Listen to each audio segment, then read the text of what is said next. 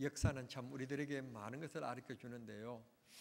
중세기에는 주님 중심, 교회 중심이 아니고 교권 중심으로 그렇게 기독교가 성장했습니다. 특별히 황제 중심으로 이렇게 치우쳐 갈 때 우리 믿음을 지켜야 되겠다. 이래서는 이 나라 안에서는 믿음의 자유를 누리기가 힘들겠다. 그렇게 해서 영국에서 조그마한 배를 타고 신대륙으로 건너갑니다. 대서양. 당시 그곳은 죽음의 바다로 알려져 있었는데 그걸 횡단해서 신대륙인 미국에 도착하게 됩니다. 그들이 기도 속에서 오늘 미국이라고 하는 이 거대한 세계에서 봉사하는 국가를 건설하는 위대한 민족의 사람들이 된 것입니다.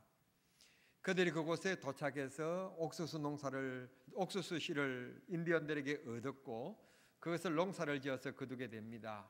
그런데 하나님께서 축복해 주셔서 그 농사가 아주 풍년으로 많은 열매를 얻게 됩니다. 너무 고마워서 인디언들을 초청하게 됩니다. 그리고 그들이 즐겨 먹던 칠면조도 잡고 고기도 준비하고 이런 음식을 조금씩 준비해서 잔치를 베풀며 하나님 앞에 감사의 예배를 드린 것이 오늘 우리가 드리는 추수감사절 바로 유래가 된 것입니다. 이렇게 오늘 근대화에 이루어지는 기독교의 역사의 한 부분인가? 그렇지 않습니다. 이미 성경이 우리들에게 이 추수감사절을 지키라고 말씀해 주셨는데 말씀드린 것처럼 중세기를 지나오면서 교권주의가 판을 치면서 그 사람의 중심으로 기울쳐지면서 추수감사절을 잊어버리고 지나온 것을 믿음의 선배들이 이 추수감사절을 다시 재발견하여서 지킬 수 있게끔 우리들에게 해 주신 것입니다. 사실 사람이 살아가면서 행복하게 만드는 것이 무엇일까요? 사람이 사람으로 하여금 사랑을 느끼게 할 수 있는 것이 무엇일까요? 그건 바로 감사가 아닌가 그렇게 생각을 합니다. 감사가 있는 곳에는 행복이 있기 마련이고 감사가 있는 곳에는 기쁨이 있기 마련입니다. 그곳에서는 꼭 사랑이 있습니다. 그러므로 이 세상을 살아가는 동안에 왜 가정이 메말라지고 왜 사회가 메말라지고 왜 국가가 메말라지는가 하면 엄격하게 따지고 보면 다 가정에도 부모, 자식 간에 이 감사가 없어지게 될 때 그때 이 가정은 불행하게 되어지는 것이고 우리가 직장과 사회도 마찬가지입니다. 앞뒷집을 서로 살아가면서 감사가 없어지게 되고 너 것 내 것 따지기 시작하면서부터 그곳에는 불행이 있게 마련입니다. 국가도 마찬가지입니다. 여러분 지난밤도 우리가 편히 잠든 시간에 국도방해 수간 국군 장병들이 있었고 또 알게 모르게 수도, 전기 여러 분야에서 수고하는 분들이 계셨으며 우리들이 얼음을 당하면 바로 전화 한 통화에 자기 일보다도 더 가깝게 뛰어오는 소방관 등등 이런 분들이 계셨기 때문에 우리는 지난밤도 편히 걱정 없이 우리가 쉴 수가 있었던 것입니다. 따지고 보면 이 모든 것이 하나님의 은혜고 이 국가가 우리에게 베풀어 주신 은혜인 것입니다. 감사하는 국민이 많으면 많을수록 그 나라는 행복한 나라가 될 것이고 좋은 나라가 될 것이고 그런 나라는 아마 행복지수가 높은 나라가 될 것이라고 믿습니다. 사랑하는 성도 여러분, 여러분의 믿음의 지수도 높아지기 위해서는 감사가 많아질 수 있게 되기를 바랍니다. 그런데 오늘 성경 말씀에 보면 성경이 이렇게 말씀하고 있습니다. 하나님께서 너희들에게 복 주심을 헤아려 그런 말씀이 나옵니다. 헤아려 보라는 것입니다. 하나님께서 우리들에게 축복해 주신 것을 헤아려 본다는 말씀의 히브리의 원뜻에 보면 수적으로 몇 가지나 되나 그런 카운트가 아니고 이 헤아려 본다는 말은 생각해 본다, 뒤돌아본다 그런 뜻입니다. 그렇습니다. 우리가 살아가는 삶을 그만 생각해 보면 하나님의 은혜가 아닌 것이 없고 정말 우리는 축복된 삶을 살아가고 있는 겁니다. 영어로 감사합니다 하는 말을 땡큐 그러는데 땡큐 하는 말의 원어도 그만 보면 생각이라는 말에서 온 것입니다. 그러니까 생각해 보면 감사가 있게 마련입니다. 여러분 그만 생각해 보십시오. 성경 우리들에게 말씀하시기를 이 땅에 올 때 우리가 무엇으로 왔음에? 그렇습니다. 빈손으로 왔음에 갈 때도 우리가 애지중지하고 아끼고 그러지만 다 벗어놓고 다 놓고 호주머니도 없는 수의 입고 갈 거라는 거예요. 아무것도 가져가지 못해요. 특별히 예수 믿는 여러분들은 진짜 불행한 건데요. 죽을 때 아무것도 못 가져가요. 그런데 안 믿는 사람들은 그나마 그래도 입속에 쌀 몇 푼 물고 가요. 왜 입에다가 그 쌀을 넣어주는가 하면 저승길이 너무 멀고 그러기 때문에 가다가 배고파서 쓰러져서 죽는 사람이 죽을까 봐 걱정이 되어가지고 배고프지 말고 가라고. 그래서 입에다가 쌀 몇 톨 넣어주는 거예요. 인생 아무것도 아닙니다. 싸우고 다툴 거 없습니다. 내 것 그렇게 따질 거 없습니다. 너 것이라고 얘기하면 그냥 편합니다. 사랑도 받으려고 하니까 싸움이 일어나는 거지. 여러분, 사랑할 대상이 있다는 걸 생각하고 사랑을 베풀면 얼마나 행복한 부부가 되고 연인이 되는 줄 모릅니다. 집에 가서 아멘 안 하시면요, 집에 가서 부인한테 꼬집혀요. 꼭 베풀며 살아가는 행복한 성도님들이 꼭 되기를 바랍니다. 저는 한 가지 예를 들려고 그럽니다. 2007년도 국토교통부에서 국회에 국감 자료로 내어놓은 자료를 소개하려고 합니다. 2017년 한 해 동안 우리나라에 일어났던 교통사고가 몇 건이나 되는 줄 여러분 아십니까? 놀랍게 22만 917건이 발생했습니다. 그리고는 몇 명이 죽었는 줄 아십니까? 작년 한 해 동안에만 이 교통사고를 통해서 4,292명이 죽었습니다. 그리고는 부상자가 33만 1,720명이 부상을 입었습니다. 이들 가운데서는 심각한 부상자가 있어서 신체 일부를 잃은 사람들도 있고 심지어는 마비된 분들도 있고 지금도 의식 없이 중환자실에 누워있는 분들도 있다고 합니다. 그렇게 보면 오늘 나도 차를 타고 다녔는데, 지난 한 주간 동안에 나도 차를 타고 다녔는데, 여러분들이 운전을 잘해서 여러분들이 이렇게 안전하게 아무 사고 없으신 줄 아십니까?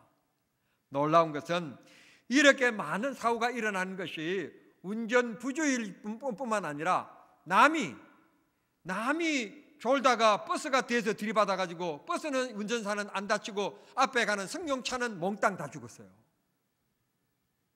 이런 일들이 있단 말입니다.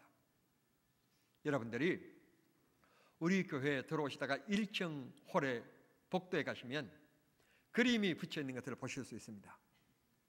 어느 교회 사모님께서 교통사고를 당하여서 이게 반을 쓰지 못하는 마비된 상태에 계시는 분이 왼손으로 붓으로 그렇게 직접 그린 그림이십니다. 왼손으로 그렇게 교통사고를 입고 나서 그린 그림인데 어떻게 그렇게 그림을 잘 그리셨는지요. 여러분들이 그 그림을 보고 참 너무 힘들고 어렵다 그렇게 생각하시다가도 가서 그 그림 한번 보면 용기를 얻으라고 제가 그렇게 붙여놨습니다. 벽에다 걸어놓았습니다. 그런데 남편이 운전을 하고 이 사모님 옆에 앉고 이렇게 가는 도중에 본인들은 정상적으로 가는데 트럭이 그냥 저렇게 운전사가 졸았는지 어떻게 됐는지 느닷없이 나타나가지고는 이 옆에 운전석 조수석 쪽에 앉아있는 사모님의 옆구리를 들이받아가지고, 그래서 이 동수원 병원에서 이 한 달 반 동안 식물인간으로 이 사모님이 산소호흡기에 의지해서 누워 있었어요. 결국은 시부모님들도 친정부모님들도 더 고생하지 말고 산소호흡기 떼자. 이제 한 달 반 동안 누워 있었는데, 누워 있으니 팔도 다리도 자꾸 이제 가늘어 가고 사람이 자꾸 이렇게 되는데 언제까지 저는 모습을 봐야 되느냐. 이제 그냥 편안히 가도록 산소호흡기를 떼자. 떼자 그랬는데 이 손가락이 움직인 거예요. 그래서 살아나셔서 저 그림을 그리신 거예요. 여러분, 오늘 또 우리가 이렇게 숨쉬고 살아간다는 게 하나님의 은혜지 내가 내 힘으로 이렇게 숨쉬고 살아가는 줄 아십니까? 하나님이 베풀어 주신 은혜고 축복인 것입니다. 오늘 예배를 마치시고 가시면서 여러분 하늘을 한번 쳐다보십시오. 여러분, 하나님께서 베풀어 주신 이 자연이 얼마나 아름답고 이런 하늘 아래 우리가 이렇게 살아가고 있다는 것이 얼마나 행복인지. 방금 제가 이 사건에 대한 말씀을 드렸는데요, 이걸 평균적으로 내보면 하루에 605건의 교통사고가 났고 매일 12명이 죽고 매일 109명이 부상을 입는다는 거예요. 그런데 나는 멀리 갔다 왔는데 괜찮아요. 이게 내 운전 솜씨가 아니라 하나님이 지켜주시다는 겁니다. 어떤 사람은 길을 가다가 별 어떤 굴곡진 것도 아닌데 조금 비틀어진 것인데 그곳에서 삐끈해서 발목을 다친 분들이 계세요. 나는 그보다도 더 높은 곳에서 뛰어내려도 안 다쳤는데, 여러분, 우리가 뭐 건강하다고 힘 있다고 그렇게 해서 여러분 오래 사실 것 같습니까? 하나님이 지켜주셔야 합니다. 보호해 주셔야 합니다. 여러분들이 맛있는 음식을 만들어서 돈으로 구입하여 드시는 것은 여러분의 자유이지만 그게 뭐 몸에 유익이 되고 해가 되게 하는 것은 여러분의 힘이 아닙니다. 하나님이 지켜주셔야 잘 소화할 수가 있게 되는 것입니다. 오늘 성경 생각해 보라는 겁니다. 하나님께서 여러분들에게 주신 복을 생각해 보면 감사가 될 거라는 겁니다. 감사가 될 거다. 그러니 생각해 보시고 몇 가지나 되는가가 아니라 진짜 내 삶 속에 모든 것이 빈손으로 온 내 인생이 이렇게 누리고 살아가고 있음이 하나님의 축복이고, 오늘도 내가 물 마신 것이 축복이고 공기 마시고 있는 것이 하나님의 축복이라는 사실을 꼭 깊이 깨닫고 하나님 앞에 범사에 감사하는 성도님들이 되시기를 바랍니다. 어느 믿음의 사람은 찬송가 429장에 이런 노래를 지었습니다. 429장인데 이 힘들고 어려운 우리들에게 용기를 주는 가사인데요. 세상 모든 풍파늘을 흔들어 약한 마음 낙심하게 될 때에 내려주신 주의 복을 세어라. 내려주신 주의 복을 세어라. 주의 크신 복을 내가 알리라. 받은 복을 세어 보아라. 크신 복을 내가 알리라. 받은 복을 세어 보아라. 주의 크신 복을 내가 알리라.